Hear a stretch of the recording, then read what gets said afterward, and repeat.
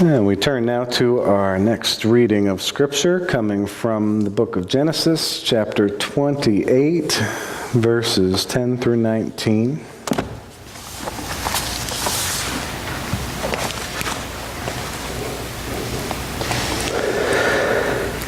Jacob left Beersheba, and he set out for Haran. He came upon a certain place, and he stopped there for the night, for the sun had set. Taking one of the stones of that place, he put it under his head and lay down in that place. He had a dream. A stairway was set on the ground, and its top reached to the sky. The angels of God were going up and coming down on it. And the Lord was standing beside him, and he said, I am the Lord, the God of your father Abraham and the God of Isaac. The ground on which you are lying, I will assign to you and your offspring. Your descendants shall be as the dust of the earth. You shall spread out to the west and to the east, the north and to the south. All the families of earth shall bless themselves by you and your descendants. Remember, I am with you. I will protect you wherever you go and will bring you back to this land. I will not leave you until I have done what I have promised you.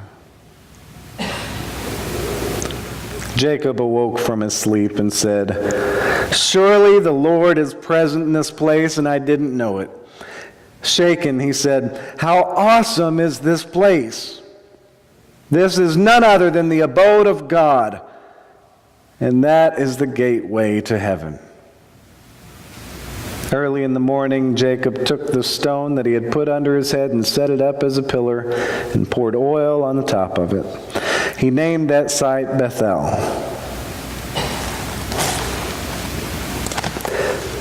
The grass withers, the flower fades, but the word of the Lord lives forever. And this is the word of the Lord. All thanks be to God. You know, growing up, my image of God, it was always in the heavens. It was somewhere up there.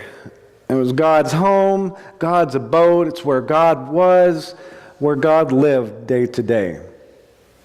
Now, I knew God could see me and hear me no matter where I might be. I could pray from anywhere, and my prayers would reach God. But it was still in that particular place, somewhere up above, where God actually was. Now, I'm sure this is pretty common among us. We can trace that idea back to the Bible, actually. And the thing about that is that if God is in a certain place, then God is not in another place. And that bothers me. Now, I don't know if you've ever felt this way, but many of us have had times when we've felt the absence of God. We felt like we're all alone and God wasn't with us. Going back to the early Bible stories, God had particular places to be. And beyond that, God was believed to actually be absent at times. Watching over Adam and Eve, God went away somewhere else and was gone while they stumbled across that snake and ate from the tree. Upon returning, God saw the new mess that they've gotten themselves into and asked them, What did you do? You know, like we do when we come home and find our dogs made a mess while we were gone. What did you do? I told you not to eat that. Now, in Moses' time, God's presence could be seen as a pillar of clouds by day and fire by night. It led them out to wherever they had to go. And then while they were at Mount Sinai, God could be found on top of the mountain where Moses would go and talk to God. God was in that particular place. And the people in their camp, they built places for God to stay. They built the tabernacle, which is like God's tent while they were out in the wilderness camping. Later, they had the Ark of the Covenant. Kind of like God's RV, God's home out on the road. Eventually in Jerusalem, they built the temple, and that became God's home for a long, long time to come. And the idea being that God was with you, But it was because God had a particular place to stay there with you. Jumping back to those earlier times, we find Jacob in this morning's scripture. Well after Adam and Eve, yet quite some time before Moses. Last week we got into the story of Jacob and Esau and their conflict that started out while they were still in the womb. Jacob swindled Esau out of his birthright, then later the blessing that Esau had coming to him from Isaac. Of course, Esau wasn't very happy about all this. His grudge against his twin brother grew very serious very quickly. Esau vowed to kill Jacob. So Isaac and Rebekah sent Jacob away. They sent him away to go find a wife, but really they were sending him away to save his life from Esau. Esau wanted him dead. Jacob was fleeing for his life over the trouble that he caused. And you know, something very interesting about this that never crossed my mind, about Jacob during this time. He, at this point in his life, he had no relationship with God. No personal relationship. Not one time up to this point had he spoken to God. Not one time had he heard from God. He was living his life feeling the absence of God's presence. Fleeing for his life, he had to feel completely alone. And on his journey up to Haran, Jacob reached this place where he decided to stop and rest for the night. Some random place, really, and he was tired. He needed to stop. But at that place, there, he took a rock, he laid it under his head as a pillow, and he fell asleep. Right there, in that place, he had a dream. In this dream was a vision of that stairway to heaven. On one end was the ground, the other end reaching far into the sky. Angels were going up and down on this stairway, going from heaven to earth and from earth back to heaven. Lo and behold, he turned and found God standing there right beside him. And right there, God gave Jacob the promise and the blessing that God gave first to Abraham. I am the Lord, the God of your father Abraham, the God of Isaac. The ground on which you are lying, I will assign to you and your offspring. Your descendants shall be as dust to the earth. You shall spread out to the west and the east, the north and the south. All the families of the earth shall bless themselves by you and your descendants. Remember that I am with you.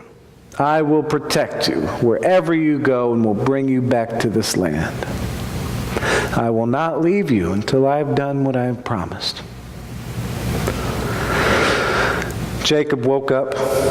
He realized that God was indeed present in that place. This was his first experience with God, and he was very much taken back. So much that he saw this place where he was at is nothing other than God's abode, God's home, where God was, where God lived day to day. Right there was the stairway to heaven, the gateway into heaven, and everything. Beyond excited. First thing in the morning, Jacob did, he took that stone from under his head, he made it a pillar, he poured oil on it, thereby marking that ground as holy and as a place for worship. Even renaming the place, calling it Bethel, literally the house of God. Now, although this is another example of God living in a particular place, what stands out to me more is God's promise to go with Jacob wherever he goes, to protect him, to guide him, and bless him as needed. This promise that already began with Abraham, that lays the groundwork for a much greater understanding of where God actually lives. The idea of God being in a particular place, it stuck with Israel for a very, very long time to come. And it wasn't really challenged all that much until the destruction of the temple. First by Babylon, as prophets challenged the Israelites to recognize that God was still with them even while they were far away in exile. Then after the second temple was constructed hundreds of years later by King Herod, it was also destroyed later by Rome. shortly after the time of Jesus. God no longer had a particular place to be after these temples were destroyed. God no longer had a particular place. God was no longer confined by a building or even a certain geographic location as the people were spread out all over the place. That promise of God to go and be with the people no matter where they were finally began to mean what it always should have meant. Today, just like thousands of years ago, feeling like God is absent, it's absolutely dreadful. Have you ever felt that before? As if God is absent, God is not with you? Have you ever felt that alone? Like that fearful, lonely turmoil Jacob was in before stopping and finding God? You know, it's a terrifying feeling that many of us have felt. Like Jesus on the cross, crying out, oh God, why have you forsaken me?" Those words echo words from the Psalms of people in exile in the destruction of the temple. God, oh God, why have you forsaken me? Distressed, praying, crying out to God for relief, but all you hear is silence. C.S. Lewis lost his wife to cancer. Calling out to God for comfort, all he heard was silence. The loss of a loved one, a devastating divorce, losing a job while bills are rolling in, losing a pension that you've worked all your life expecting to receive, falling down in your fight against addiction, being abused by someone who's supposed to care for you. Oh, let me count the ways that we people feel like we are all alone in our personal struggles, as if God is in some other place. But God is not in some other place. Over the years, we have claimed an endless list of structures and locations to be the home of God, but the reality of it is God's abode is wherever we are. God's home is not somewhere up in the heavens. It's not Bethel. It's not on top of a mountain. It's not a tabernacle. It's not in a temple. It's not in any of our church buildings today. Jesus teaches us that his body became God's temple. Paul teaches us that in Jesus, our bodies are God's temple. This came to be a long time ago, and it became an official promise with Abraham continuing down the line. We've just been a little slow to really wrap our minds around it. There is no time when God is absent and in some other place. Even at our hardest times when we feel that way, it's not true. God is with us. God has always been with us and always will be with us. God does have a particular place to be. God's promise to go with us wherever we are, it means that God and God's abode is in our hearts. May we understand that God's home is within us no matter where we find ourselves. And may we open up to the unexpected ways that God provides for us. And may we hear God speaking to us, saying, "Remember, I am with you." Amen.